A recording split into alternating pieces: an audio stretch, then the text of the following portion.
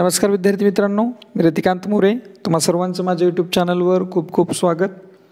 आज आपण इंग्रजी ग्रामरमधला बी एबल टू हा जो घटक आहे तो घटक घेणार आहोत, ज्याच्यामध्ये आपण रिमूव्ह कॅन किंवा रिमूव्ह कुड अशा पद्धतीचे दोन घटकसुद्धा त्याच्यातच येतात. कारण कॅन आणि कुड ह्या दोन्हींना ड्रॉप करूनच आपण काय करत असतो, एबल टू वापरत असतो. ठीक आहे, चला तर सुरुवात करूयात. टू बी एबल टू किंवा यूज बी एबल टू म्हणजे नेमकं बी एबल टू म्हणजे काय हे आधी आपण सुरुवातीला बघूयात. तर बी एबल टू म्हणजे काय बघा, हे बी म्हणजे काय आहे तर हे दोन प्रकारचं आहे. ठीक आहे, कारण आपण टू बीची रूपं माहिती आहेत आपल्याला. ठीक आहे, तर पहिलं प्रेझेंटची रूपं आहेत ॲम, इज आणि आर. ही तीन झाली प्रेझेंटची. आणि पाचशे कुठले येतात, वॉज आणि वर. ठीक आहे, तर हीच रूपं आपल्याला या बीच्या ठिकाणी काय करायचे आहेत, वापरायचे आहेत. आता हे झालं बी म्हणजे काय ते कळालं आपल्याला. आता एबल टू म्हणजे काय तर एखादी गोष्ट करायला समर्थ असणे. समर्थ असणे म्हणजे काय, ते काम करण्याची आपली कॅपॅसिटी असणे. आता कॅपॅसिटी शब्दातून तुम्हाला एबलचा पण अर्थ कळला असेल, क्षमता. ठीक आहे, म्हणजे एखादी गोष्ट करायला आपण समर्थ असणे अशा अर्थानं आपल्याला बी एबल टू वापरता येतं. लक्षात घ्या, हा घटक किंवा हे जे ग्रामरमधलं जे कन्सेप्ट आहे ही वापरणं खूप सोपं आहे. आणि आपण जे पण वाक्य बनवतो कशामध्ये, रायटिंग स्किलमध्ये, तर रायटिंग स्किलमध्ये आपल्याला अशा पद्धतीची वाक्य बनवावीत ह्याच्यासाठी सुद्धा मार्क्स असतात. ठीक आहे, त्याच्यामुळं आपल्याला ही साधी वाक्य बनवता येतात का ह्याच्यावरती सुद्धा विचार करायला पाहिजे. ठीक आहे, सुरुवातीला बघूयात आपण एबल टू कधी वापरायचं आणि का वापरायचं. एखादी गोष्ट करायला आपण समर्थ आहोत म्हणजे काय तर आपली ती गोष्ट करण्याची कॅपॅसिटी आहे किंवा ॲबिलिटी आहे ज्याला आपण म्हणतो. ठीक आहे, ॲबिलिटी किंवा कॅपॅसिटीचा अर्थ काय होतो, क्षमता. म्हणजे एखाद्या गोष्टीची क्षमता त्या कर्त्यामध्ये आहे किंवा होती अशा अर्थानं आपण काय करत असतो, एबल टू वापरत असतो. आता एबल टू दोन कंडिशन्समध्ये वापरलं जातं. म्हणजे काय, ते कॅन असताना आणि कुड असताना अशा दोन पद्धतीत वापरलं जातं. आता कॅन कधी असतं आणि कुड कधी असतं तर कॅन असतं ते असतं प्रेझेंटमध्ये. ठीक आहे, म्हणजे वाक्य जेव्हा प्रेझेंट टेन्समध्ये असेल त्यावेळेस वाक्यात काय येणार आहे, कॅन येणार आहे. आणि तेच वाक्य जर समजा पास्ट टेन्समध्ये असेल म्हणजे भूतकाळात असेल तर त्यावेळेस वाक्यात काय येणार आहे, कुड येणार आहे. ठीक आहे, मग याच्यात आपण आधी चर्चा केल्याप्रमाणेच प्रेझेंट असलं की बीची तीन रूपं म्हणजेच कोणती येणार आहेत, ॲम, इज आणि आर यापैकी एक वापरलं जाणार आहे. आणि पास्टमध्ये असेल तर आपल्याला माहिती आहे दोन रूपं आहेत, वॉज आणि वर. ठीक आहे, तर हे आपल्याला याच्यात समजून घ्यायचं. म्हणजे कॅन जर वाक्यात आलेलं असेल तर ते वाक्य प्रेझेंटचं आहे म्हणजे तुम्हाला प्रेझेंटचीच टू बीची रूपं वापरावी लागतील. कुड त्या वाक्यात आले म्हणजे ते वाक्य पास्टचं आहे, मग त्याच्यासाठी तुम्हाला पास्टचीच रूपं त्यात वापरावी लागणार आहेत. ठीक आहे, अगदी सोपा घटक आहे, तुम्ही सहज समजून जाल आणि स्वतः वाक्यसुद्धा तयार कराल अशी मला नक्की खात्री आहे. आता पाहूयात be able to. Use be able to म्हणजे एखाद्या गोष्टीला समर्थ असणे, जसं आपण आता चर्चा केली. आता आपण सुरुवातीला काही वाक्य पाहूया, तर त्या वाक्यांमधून तुम्हाला लक्षात येईल की वाक्यात कॅन काढल्यानंतर किंवा कुड काढल्यानंतर एबल टूचा वापर कसा करायचा. अगदी सोपा आहे. पहा काय म्हणतं वाक्य पहिलं, I can learn 100 words in an hour. म्हणजे बघा इथं संबंधित कर्त्याची कॅपॅसिटी सांगितली. काय कॅपॅसिटी आहे बघा, आय कॅन लर्न म्हणजे मी काय करू शकतो, लर्न करू शकतो. काय, what, 100 words in an hour म्हणजे एका तासात मी 100 शब्द पाठ करू शकतो. म्हणजे थोडक्यात त्याची पात्रता आहे, कशाची, त्याची कॅपॅसिटी आहे, क्षमता आहे 100 शब्द एका तासात पाठ करायचे. म्हणजे आपल्याला वाक्य बनवताना काय केलं बघा, फक्त हे आय जे आहे ना तो करता त्याचीच कॅपॅसिटी तशीच ठेवावी लागेल. फक्त हे कॅन रिमूव्ह केलं आहे, कॅन काढून टाकले आणि कॅनच्या ऐवजी ती ॲम एबल टू घेतले बघा. आता ॲम एबल टू, ॲम म्हणजेच काय आहे, बी आहे आणि एबल टू तर जशाच तसं. ठीक आहे, म्हणजे कॅन हे काय आहे, एक मॉडल आहे आणि आपण काय केलं आहे त्याला आपण रिमूव्ह केलं आहे, कॅनला आपण बाजूला काढलं आणि कॅनच्या पुढं आता कॅनचा उपयोग आपण कशासाठी करून घेतला, वाक्याचा काळ ओळखण्यासाठी. वाक्याचा काळ कुठला झाला, प्रेझेंटचा झाला. आणि प्रेझेंट वाक्यात आलं आहे याचा अर्थ आपल्याला ॲम, इज किंवा आर याच्यापैकीच एक काय वापरावं लागणार आहे, हेल्पिंग व्हर्ब वापरावं लागणार आहे. मग मी काय घेतलं, ॲम घेतलं. का घेतलं ॲम, कारण करता आय असा आहे. आयच्या पुढं तुम्हाला करता कुठला वापरावं लागणार, हेल्पिंग व्हर्ब कुठला वापरणार आहात तर ॲम.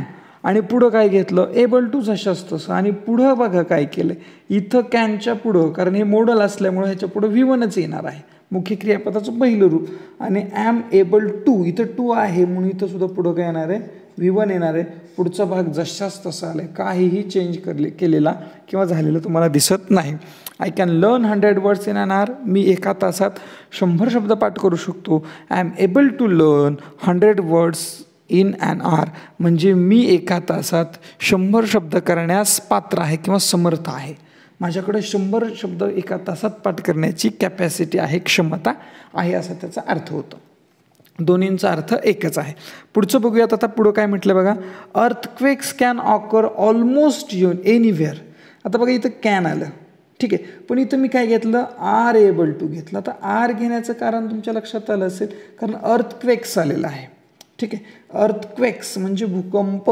असाच अर्थ आहे परंतु अनेक वचनी असल्यामुळं तुम्हाला इथं आर घ्यावं लागलं पुढे एबल टू जशाच तसं आणि ऑकर ऑलमोस्ट एनिवेअर म्हणजे कुठंही घडू शकतात अशा अर्थानं ते वाक्य आहे तिसरं वाक्य बघूयात आता हे दोन वाक्य आपण कशाची घेतली पहा प्रेझेंटची घेतली ठीक आहे इथं आपण आय असल्यामुळं ॲम घेतलं इथं अर्थक्वेक्स असल्यामुळं अनेक वचन असल्यामुळं आर घेतलं जर समजा एक वचनी असतं तर इज घेतलं असतं ठीक आहे ॲम इज आरपैकी इज घेतलं असतं आता पुढचं वाक्य पाहूयात तिसरं शी कुड स्विम इन द रिव्हर ती काय करू शकायची आता इथं लक्षात घ्या शकतो इथं होतं परंतु इथं काय करायचं शकायची म्हणजे तुम्हाला थोडक्यात हे वाक्य पास्टमध्ये सांगायचं आहे ती नदीत पोहू शकायची म्हणजे तिच्याकडं नदीत पोहण्याची कॅपॅसिटी होती आज आहे नाही आपल्याला माहीत नाही परंतु ती लहानपणी तसं करू शकायची अशा अर्थानं वाक्य आहे ठीक आहे मग आता इथं काय केलं बघा शी जशाच तसं राहू दिलं आता कुड काढून टाकायचं आहे आपल्याला जे काही मॉडेल वाक्यात आलेलं आहे कॅन आणि कुडपैकी ते काढून टाकलं वॉज घेतलं कारण शी वाक्य कुड आहे म्हणजे कशातलं आहे पास्ट टेन्समधलं आहे आता पास्ट टेन्सच्या वाक्यामध्ये वॉज किंवा वर घेतात परंतु इथं शी हा सब्जेक्ट असल्यामुळं आपण काय घेतलं वॉज घेतलं एबल टू जशाच तसं आणि स्विम हे V1 ऑलरेडी आहे ते सुद्धा वापरलं आणि वाक्य जशाच तसं पूर्ण करून घेतलं ठीक आहे शेवटचं वाक्य पाहूयात आता they could help him they could आले पहा या ठिकाणी सुद्धा कुड आहे याचा अर्थ आपल्याला काय करावं लागणार आहे कुड आहे म्हणजे वाक्य पुन्हा एकदा लक्षात आलं असेल पास्टमधलं आहे म्हणजे वॉज किंवा वर म्हणून देला दे जशाच तसं वॉज किंवा वर दे हा अनेक वचनी सब्जेक्ट आहे किंवा प्रोनाऊन आहे म्हणून आपण काय घेतलं त्याच्यासमोर वर घेतलं आणि पुढं एबल टू जशाच तसं हेल्प हिम जशाच तसं काहीही चेंजेस आपल्याला करायचे नाहीत मग आता ह्याच्यातून आपल्याला काही नियम लक्षात आले असतील बघा आता हे जे नियम आहेत ना असरेटिव्ह सेंटेन्ससाठी असरेटिव्ह म्हणजे कसलं वाक्य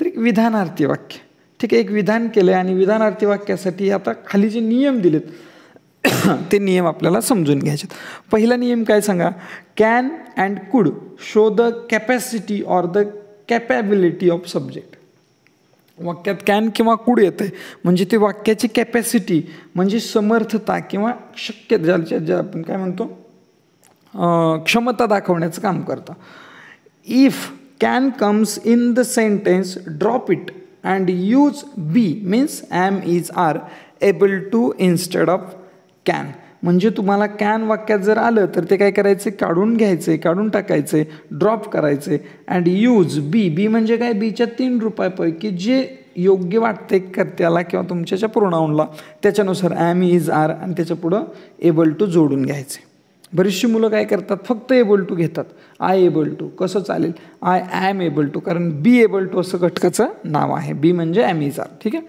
पुढचं इफ कुड कम्स जर आता आपण इथं बघितलं की कॅन कम्स कॅन येतं तेव्हा काय आता कुड आलं की काय करायचं आपल्याला माहिती आहे use be means was or were able to instead of could काढून टाकायचं आणि कुडच्या ऐवजी काय करायचं आपल्याला वॉज किंवा वर एबल टू वापरायचं तिसरा नियम सांगतो after able to write the V1 वाक्यात तुमच्या कॅन किंवा कुड नंतर जे V1 आले ते V1 जशाच तसं तुम्हाला काय करायचं आहे लिहायचं आहे and given sentence and write remaining sentence as it is आणि वाक्यात जे काही तुमचं शिल्लक वाक्य आहे पुढचं ते जशास तसं तुम्हाला काय करायचं आहे, लिहायचं आहे. स्ट्रक्चर पाहता येईल, पहा तुम्हाला स्ट्रक्चर असं आहे. यस म्हणजे काय, subject plus can plus V1 plus object plus complement, म्हणजे वाक्यातला अतिरिक्त भाग, अशा पद्धतीनं. आणि तेच कन्स्ट्रक्शन आपल्याला स्ट्रक्चर, त्याचं स्ट्रक्चर कशामधलं, एबल टू मधलं कसं असेल, सब्जेक्ट जशास तसा राहील, ॲम इज आर तिन्हीपैकी कुठलंही एक सब्जेक्टला डिपेंड असणारं, उपयोगी असणारं कुठलंही एक तुम्हाला त्याच्यातलं घ्यावं लागणार आहे. त्याच्यानंतर एबल टू जशास तसं, V1 जशास तसा, ओ जशास तसा, CO जशास तसा. म्हणजे लक्षात घ्या, इथून पुढचा जो भाग आहे V1च्या पुढचा, त्याच्यात काहीही बदल होत नाही. सब्जेक्टमध्ये काहीही बदल होत नाही. बदल होतोय फक्त तुमचा बी एबल टू, म्हणून तर घटकाला आपण बी एबल टू म्हणतोय. म्हणजे बी म्हणजेच काय, तर ॲम, इज आणि आर याच्यापैकी एक, किंवा दुसरंच असू शकतं. तर पास्ट असेल तर वॉज किंवा वर. पुढचं एबल टू जशास तसं आहे. ठीक आहे, अगदी सोपा घटक आहे, सहज आपल्याला समजून जाईल असा. आता हेच जर कुडमध्ये आलं तर काय होतंय, फक्त या कुडच्या ऐवजी काय होतंय, वॉजवर इथं येतंय आणि एबल टू जशास तसं. म्हणजे फक्त कॅनमुळं काय लक्षात घ्यायचं, प्रेझेंट आहे लक्षात घ्यायचं आणि त्याच्यानुसार ॲम इज आर वापरायचं. कुड म्हणजेच काय, पास्ट आहे लक्षात घ्यायचं आणि वॉज किंवा वर वापरायचं. ठीक आहे, वाक्य जशास तसं. आता जर वाक्य, आता हे झालं आपलं असर्टिव्ह सेंटेन्स म्हणजे विधानार्थी वाक्य. पण हे वाक्य जर इंटरोगेटिव्ह प्रकारात आलं, म्हणजे प्रश्नार्थी वाक्य प्रकारात आलं, तर काय करायचं. तर प्रश्नार्थक वाक्य म्हणजे कसलं वाक्य लक्षात घ्या, की ज्याच्यातून प्रश्न विचारला जातोय. ठीक आहे, आणि या ठिकाणी कॅन आणि कुडनंच प्रश्न सुरू होईल. म्हणजे तो प्रश्न कुठल्या प्रकारचा आहे, तर तो प्रश्न येस नो टाईप प्रकारचा आहे. म्हणजे ज्याला आपण काय म्हणतो, व्हर्बल क्वेश्चन, म्हणजे ज्याचं उत्तर हो किंवा नाही एवढ्याच प्रकारात आहे. अशी वाक्य तुम्हाला इथं येणार आहेत. तर हे सुद्धा अगदी सोपं आहे. पुन्हा तेच लक्षात ठेवायचं आहे, कॅन वाक्यात आलंय म्हणजे प्रेझेंट आहे, कुड वाक्यात आलंय म्हणजे पास्ट आहे. आता वाक्य पहा, can you solve this example. बघा वाक्य काय म्हणते, can you solve this example. आता इथं काय केलं बघा, आपण हेच वाक्य जर साधं केलं असतं तर काय झालं असतं, यू कॅन, पुढचं जसं असतं तसं सॉल्व दिस एक्झाम्पल, हे वाक्य असं झालं असतं. ठीक आहे, आता you can solve this example हे वाक्य, आता ह्याचं जर बनवायचं असतं आपण काय केलं असतं, यू जशास तसं घेतलं असतं, ह्या कॅनला ड्रॉप केलं असतं. कॅन म्हणजे प्रेझेंट आहे, मग यूच्या पुढं काय येतं ते आपण विचार केला असता. यूच्या पुढं ॲम तर येणार नाही, इज पण शक्य नाही, मग काय येतं, आर येतं. मग काय आलं असतं, यू आर, पुढं काय घ्यायचं आपल्याला, एबल टू जशास तसं. मग वाक्य काय आलं असतं, you are able to solve this example. आता हे वाक्य किती सहज उत्तर येतं पहा. हे वाक्य असंच होणार आहे, फक्त हे का, हा जो दिलेला आहे तो प्रश्न आहे, मग आपलं उत्तरसुद्धा प्रश्नाच्याच स्वरूपात असलं पाहिजे.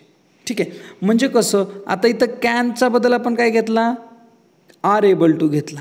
ठीक आहे, म्हणजे या ठिकाणी काय करायचं, आर सुरुवातीला घ्यायचं, कारण आपल्याला नियम आहे आपला की प्रश्न जो आहे तो नेहमी मॉडेल तुमचं जे आहे त्यानं सुरू झालेलं असलं पाहिजे. मग इथं काय केलं आपण, आर जशास तसं सुरुवातीला घेतलं, नंतर आर एबल टू न घेता आर आणि एबल टूच्या मध्ये तुमचा सब्जेक्ट घेतला, आर यू, आणि पुढचं वाक्य जशास तसं. म्हणजे कसं, are you able to solve this example. ठीक आहे, म्हणजे फक्त लक्षात घ्या की हा आर सुरुवातीला, नंतर सब्जेक्ट आणि नंतर एबल टू, अशा पद्धतीने ह्याची रचना करायची आहे. आता पुढचं वाक्य बघा, can she make it easy. Can see make it easy. आता कॅन आहे म्हणजे ॲम इज आर पैकी 100%. आता प्रश्न उरतो की ॲम इज की आर. आता सब्जेक्टकडे चला, सब्जेक्ट आहे शी. मग आता सब्जेक्ट जर शी असेल तर आपल्याला ॲम वापरून चालणार नाही किंवा आर वापरून चालणार नाही, 100% आपल्याला इज वापरावं लागेल.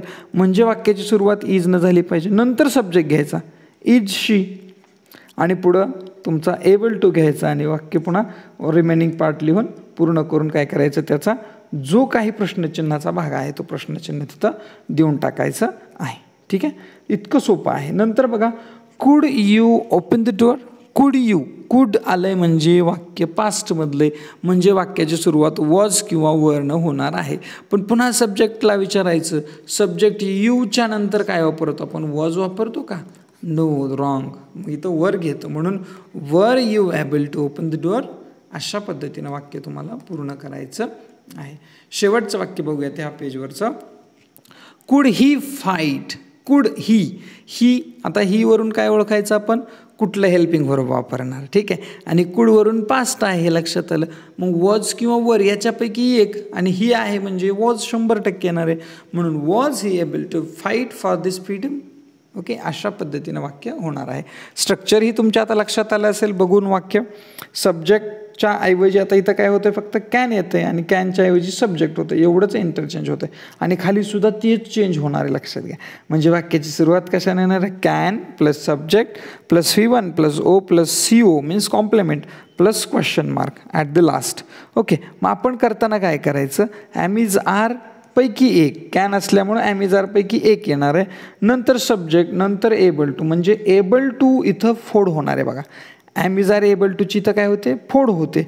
म्हणजे त्यापैकी हेल्पिंग वर्बचा जो पार्ट आहे तो आधी येतो, नंतर सब्जेक्टचा येतो, नंतर त्याच्यातला राहिलेला पार्ट म्हणजेच काय एबल टू येतो. ठीक आहे, अशा पद्धतीने येतं. आणि पुढचं जशाच तसं, शेवटी क्वेश्चन मार्क मात्र द्यायला विसरायचं नाही. तसंच पुढचा पण नियम आहे कुडवालं वाक्यात की वॉजवर plus subject plus able to plus V1 plus O plus CO plus question mark which is compulsory and which is very important to show. Okay, next आहे नेगेटिव्ह सेंटेन्सेस. आता 2 प्रकार बघितले आपण. आता आपण पुढचं बघूयात निगेटिव्ह. वाक्य जर निगेटिव्ह आलं तर काय करायचं, ठीक आहे. मग वाक्य निगेटिव्ह प्रश्नामध्ये पण येऊ द्या किंवा तुमच्या रेग्युलरमध्ये पण येऊ द्या. मग आता इथं वाक्य घेतलं आहे, I can't handle the laptop.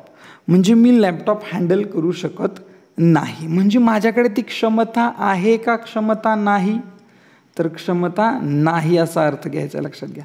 माझ्याकडे त्या गोष्टीची क्षमता नाही. म्हणजे आता निगेटिव्ह अर्थसुद्धा असला पाहिजे. मग त्याच्याकडे क्षमता नाही म्हणजे नॉट एबल म्हणावं लागेल, आणि नॉट एबल म्हणजेच अनेबल म्हणावं लागेल. ठीक आहे, नॉट एबल म्हणजेच काय, अनेबल. मग वाक्य कसं होणार आहे बघा, आय जसंच तसं आपल्याला माहिती आहे कॅन आहे म्हणजे प्रेझेंट आहे आणि आयच्या समोर सब्जेक्ट हेल्पिंग वर्ब ॲमच घ्यावं लागणार आहे. म्हणून I am not able to म्हणा किंवा आय ॲम अनेबल टू म्हणा, चालेल दोन्ही पण. ठीक आहे, म्हणजे फक्त काय करायचं आहे, नॉट एबल किंवा अनेबल अशा पद्धतीनं वापर तुम्हाला करायचा आहे. पुढचं काय म्हटलं बघा, she couldn't carry the load. She could not, she was unable to. पुढचा भाग जशाच तसा. ठीक आहे, तुम्ही जर ही उदाहरणं लिहिली आणि म्हणजे 2 उदाहरणं समजून घेतली आणि बाकी 2 लिहून तुम्ही तुमच्या पद्धतीनं सोडवण्याचा प्रयत्न केला, सोडवली, नंतर चेक केले तर तुमची प्रॅक्टिस खूप चांगली होणार आहे. शेवटच्या पेजवर मी तुम्हाला एक्स्ट्रा एक्झाम्पल देणारच आहे, परंतु हे सुद्धा समजल्यानंतर तुम्ही लिहून ती सोडवून काढावी. ठीक आहे, पुढचं वाक्य आहे ही कॅनॉट स्पीक प्रॉपर इंग्लिश. ही कॅनॉट आले बघा. ही म्हणजेच काय, तर ही जशाच तसं, ही वरून आपल्याला काय करायचं, कॅनकडे जायचं आहे. कॅन म्हणजेच काय, प्रेझेंट. आणि ही साठी प्रेझेंटमध्ये कोणतं हेल्पिंग वर्ब वापरलं पाहिजे, ही ॲम नो, ही आर नो, ही इज वापरलं गेलं पाहिजे. म्हणून he is unable to speak proper English. He couldn't bear this insult. He could not bare this insult असं वाक्य आहे. सो कुडंट म्हणजे कुड म्हणजेच काय, पास्ट, आणि पास्टच्या मधलं हिच्या समोर येणार आहे वॉज, म्हणून he was unable to bear this insult. अशा पद्धतीनं वाक्य येणार आहे. आणि हेच वाक्य जर असं असलं असतं बघा, couldn't he bear the insult. Okay, म्हणजे काय क्वेश्चनच आहे, फक्त काय केलेलं आहे, जागा चेंज करून आला आहे. तर इथं सुद्धा was he unable to bear the insult. अशा पद्धतीनं वाक्य तुमचं होणार आहे. ठीक आहे, आता पहा पुढच्या पेजवर आपण बघतोय काही उदाहरणं आहेत. आय होप की तुम्ही ही उदाहरणं ह्याचा स्क्रीनशॉट काढून सोडवाल. ठीक आहे, कारण ही उदाहरणं तुम्हाला समजणं, तुम्हाला जर ही उदाहरणं सोडवता आली तर तुमचा हा टॉपिक परफेक्ट झाला आहे असं म्हणायला काही हरकत नाही. ओके, तर उदाहरणं पहा, उदाहरणं तुम्ही समजून घ्या, क्वेश्चन्स पहा कसे आहेत. ठीक आहे, तर हे पहिले 6 उदाहरणं या पेजवरचे, आणि पुढे तुम्हाला आणखी. आता इथं मी काय केलं आहे बघा, शेवटच्या पेजवर उदाहरणं देताना काय घेतलं आहे, we are able to find a new way. आता इथं काय केलं आहे मी, इथं ऑर्डर तुम्हाला अशी येणार आहे, इथं तुम्हाला असं येणार आहे रिमूव्ह एबल टू किंवा यूज कॅन अशी येणार आहे ऑर्डर, यूज कॅन. मग आता कॅनचा वापर करा. आता कॅनचा वापर करा म्हणजे काय, लक्षात घ्या की तुम्हाला वाक्यात कॅन वापरायचे, परंतु कॅन वापरताय म्हणजे त्या अर्थाचं काहीतरी वाक्यात आहे ते काढावं लागतं. मग काय करणार वाक्य तुम्ही, वी जशाच तसं, नंतर आर आहे ना, आर आहे म्हणजे 100% हा प्रेझेंट आहे, म्हणजे कॅन तर वापरायचं आपल्याला. वी कॅन, आता हे पूर्ण पार्ट आहे ना हा निघून जाणार आहे बघा. We can find a new way. किती सहज तुम्हाला सोडवता येतं, लक्षात घ्या. We can find a new way म्हणजे जशाच तसं ॲमेझार किंवा बी एबल टू म्हणतो ना ज्याला आपण, ते ड्रॉप करायचं आणि त्याच्याऐवजी कॅन वापरायचं का कुड वापरायचं एवढंच तुम्हाला डोकं वापरायचं आहे. आर ॲमेझारपैकी आलं तर 100% कॅन वापरायचे आणि वॉज किंवा वरपैकी आलं तर 100% तिथं काय वापरायचं तुम्हाला कुड वापरायचं. एवढंच तुम्हाला लक्षात ठेवायचं आहे. आय होप की याच्यामध्ये जे काही उदाहरणं झाली ती उदाहरणं तुम्हाला समजली असतील. हा घटक तुम्हाला चांगल्यापैकी समजला असेल तर व्हिडिओला नक्की लाईक करा, शेअर करा तुमच्या मित्रांबरोबर आणि चॅनलवर नवीन असाल तर प्लीज चॅनलला सबस्क्राईब करायला विसरू नका. Okay, thank you.